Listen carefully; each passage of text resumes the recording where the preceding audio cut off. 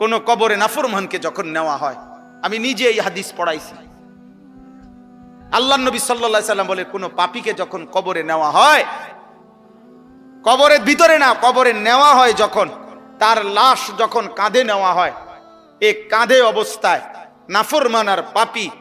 আপন স্বজনরা যখন তার লাশ কাঁধে নেয় খাটের মধ্যে, আল্লাহর কসম নবী বলে সে এমন বিকট চিৎকার করে, ইয়া ওয়াইলাতা ইয়া লাইতাহা, হে আফসোস আমার স্বজন, আমার ইলা আইনা কদ্দামতুমুনি, আরে ফুত তুই আমারে কই নিচ্ছিস, আমার সন্তান, আমার ভাই, তুই আমারে কান্দে নিয়ে ওদিকে নিচ্ছিস কেন? মনে আমারে মাইরা ফেলবে তো, আমারে কবরে দিস না রে আব্বা, আমারে কবরে দিস না, আমারে তো ফেরেশতা মাইরা ফেলবে, আমারে তো শেষ করে ফেলবে, আমারে দিস না। এইভাবে স্বজন নিজের স্বজন